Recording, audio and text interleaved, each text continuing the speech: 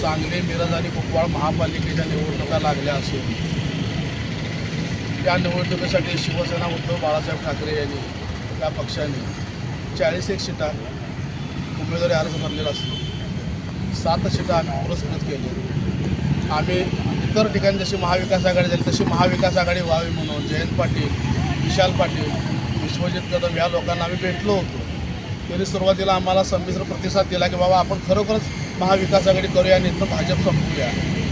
पण जसे दिवस पुढं जातील तसे त्यांनी वेळ काढायला लागले. लिस्ट मागा, उमेदवारीची यादी द्या, हे करा ते करा. 2 दिवस राहिल्यावर त्यांनी आमच्यानं उमेदवाराची यादी मागून घेतली सर्वे करतो म्हणून. सर्वे वगैरे काही केला नाही. 2 दिवस तसेच घालून त्यातल्या उमेदवारांचे काही लोकांना आमच्या जाऊन भेटले की काँग्रेसकडनं आणि राष्ट्रवादीकडनं लढा असं बोलता आपण त्यांनी बळी पाडण्यासाठी लोक आमची फोडायचा प्रयत्न केला. पण शिवसैनिक हा फुटणारा नसतो. हा कडवट शिवसैनिक आहे. कुणीही आमच्यातला फुटलेलं नाही. आज या ठिकाणी 40 उमेदवार आम्ही जाहीर केले.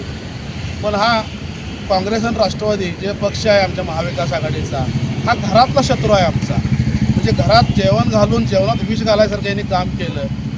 आम्ही यांच्यावर वारंवार बैठका केल्या पण यांनी आमचा विश्वासघात केला. अगदी उद्याचा शेवटचा दिवस राहिला त्यावेळेसुद्धा आम्ही संजय बाजासाहेबांच्या घरी जाऊन भेट घेतली. जयंत पाटील, विश्वजित कदम आणि विशालदादा पाटलांची. त्यावेळी रात्री 11 वाजता त्यांनी सांगितलं आमचंच काय पटीन झालं आहे तर तुम्हाला कुठल्या जागा देऊ, तुमचं तुम्ही बघा काय करायचं असेल तर उद्याच्यापर्यंत थांबा. त्यांच्या डोक्यात डाव होता की शेवटचा दिवस घालवायचा काहीतरी गोड बोलून आणि शिवसेनेला थोपवायचं. शिवसैनिक हा कडवट असल्या कारणाने ऑलरेडी आम्ही 78 लोकांची उमेदवारी सगळी तयार करून ठेवली ती यादी.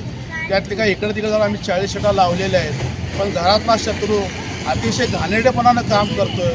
जर आम्हाला भाजपचा हा शत्रू बाहेरचा असेल, जरी आम्ही आज भाजपच्या विरोधात बोलत असेल तर सगळ्यात महत्त्वाचं काय घरातला शत्रू संपवणं गरजेचं आहे. त्यासाठी राष्ट्रवादी आणि काँग्रेसच्या जास्तीत जास्त जागा आम्ही इथं पाडू आणि शिवसैनिकांचं जास्तीत जास्त इथं कसे निवडून येतील त्यासाठी आम्ही तयारी करतो आहे.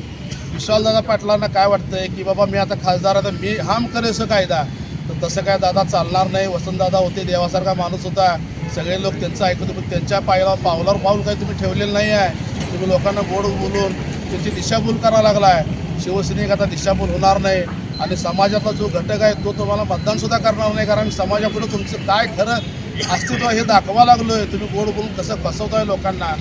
तुम्ही तुमच्याच उमेदवारांना तिकीट दिलं नाही.